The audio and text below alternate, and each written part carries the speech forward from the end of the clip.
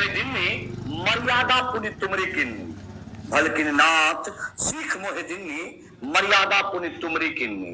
ढोल गवार शूद्र पशुनारी, ढोल गवार शूद्र पशुनारी, सकल ताजना के अधिकारी, सकल ताजना के अधिकारी। कहीं से भी तुलसीदास जी कहीं से भी गलत नहीं थे। इस लोकतंत्र के सुंदर श्रृंगार में जहां आप पत्रकारिता करते हैं तो एक सिर्फ हाशिया है, सत्यता तो यहां कहीं से है नहीं।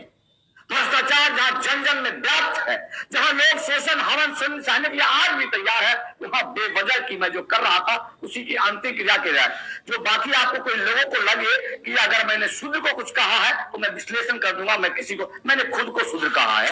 और ये जलती ये न्यूज सदन तक जिसकी शुरुआत थी, ये सबका जल जाना बहुत जरूरी है और ये जलना बहुत जरूरी है, क्योंकि ये जब रहेगा तभी तो आपकी सारी परेशानियां रहेगी।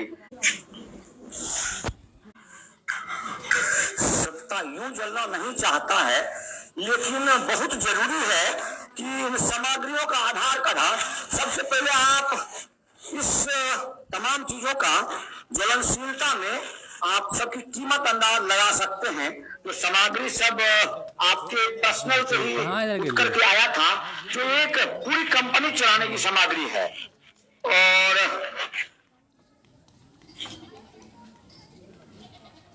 ये सब वो चीजें हैं जिन चीजों को इस बिहार से भ्रष्टाचार को खत्म करने की। अब यहाँ पर मेरा हाथ ये प्रेस क्लब की आईडी जिसे मैं जो जलाना ठीक नहीं है, जिसे मैं पत्र के साथ वापस कर दूंगा।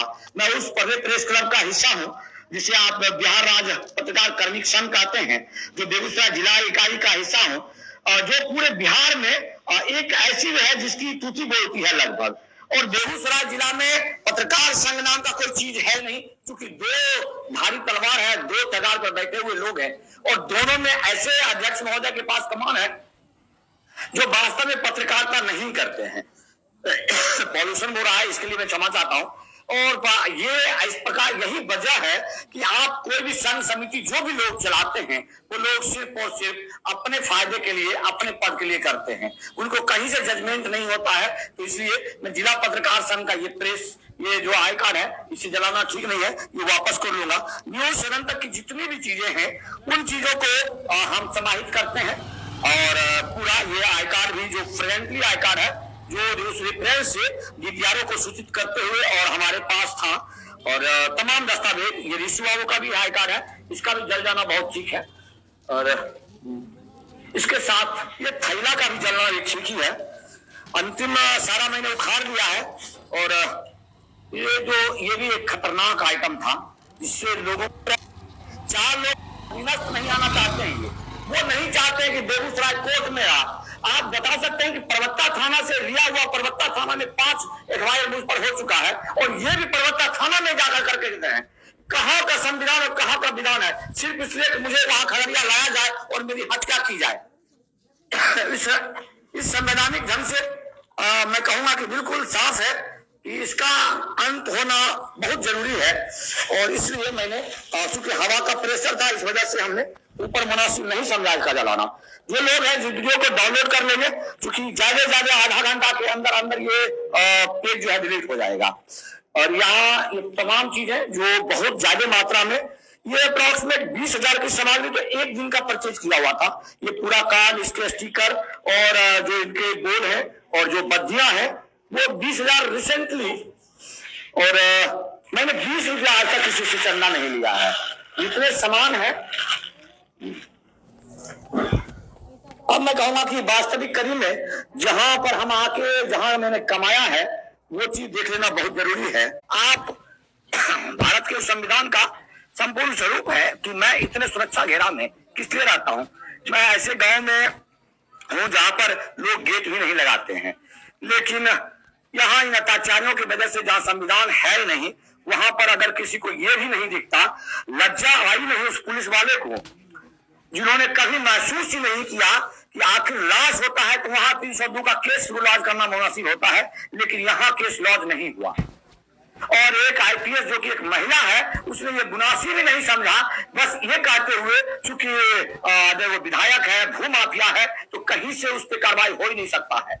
पिछले 3 साल में हम नीलेश कुमार पासवान पर भी एक भी मुकदमा दर्ज नहीं करवा पाए, और जबकि आप तमाम संलग्नक को देखेंगे, जितने भी संलग्नक हमें, वो 3 साल का प्रमाण है। आज प्रतिदिन वायरल होने वाले में जो इधर गोली मार देंगे, उधर गोली मार देंगे, इधर निकल कर देखे, उधर निकल, ये तमाम चीजें प्रशासन को नहीं दिखता है। लेकिन एक मंडगढ़ंत ऐसी कहानी बनाकर एफआईआर करते हैं जिससे मैं उन्हें नंगा करके नहला सकता हूं कोर्ट में, लेकिन तमाम वकील हैंडसअप हैं कि आप कोर्ट में जा ही नहीं सकते। कोर्ट में जाएंगे तो इस प्रक्रिया होगा, इतने पैसे देने होंगे, 10 रुपए का जहाँ कहा वहां 50 रुपया देना होगा। अभी भी एक नावसी दर्ज करना है तो उसके लिए भी आपको जाकर के जितनी प्रक्रियाएं हैं वो सब प्रक्रियाएं हमारी लागू होता है, जिसकी वजह से मुझे लगता है कि नहीं, हम क्यों वे फजूल केस झेले जहां पर कहीं से भी कोई बात नहीं होता है। हम सीधा सीधा राज्यपाल महोदय को अपना पत्र देंगे और इसके माध्यम से समस्त बातों का निपटारा वहां होगा, अगर संविधान है तो। अन्यथा ये चीज देखने वाली बात है कि क्या आपको लगता है कि इस सुरक्षा घेरे में, जहां पर एक बार फोन करने के बाद मैं थाने पहुंचता हूं और थाने में जाकर के मैं अपनी बात रखता था, वहां इस तरह घेरा जाता है 2 बार पुलिस वालों ने जो किया, और रात के 12 बजे, पहला बार 10 बजे, उसके बाद 2 बजे, उसके बाद 3 बजे, ये तीनों हमला के लिए अगर हाईकोर्ट जिम्मेदारी ले, तीनों हमला के लिए हाईकोर्ट पूछने लगे, क्या जवाब दे पाएगा ये पुलिस वाला? कभी दे पाएगा खगड़िया का एसपी जवाब? क्या इसके ऊपर मुकदमा नहीं बनता है? इसके ऊपर क्रिमिनल मुकदमा नहीं बनता है सीजेएम कोर्ट में? लेकिन लोग कहते नहीं कि हाईकोर्ट ही चलिए, और हाईकोर्ट वाला कहता है कि हमको 2 लाख रुपया चाहिए, 4 लाख रुपया चाहिए, सिर्फ हमको डीजीपी पर केस करना है, कोई बकरी का बच्चा तो है नहीं, उसके ऊपर केस करने के 10-20 हजार में हो जाएगा। तो हम अपना पैसे, जिस पैसे से हम इतना खर्चा कर रहे हैं, तो बेफालतू का हम पैसा क्यों दें?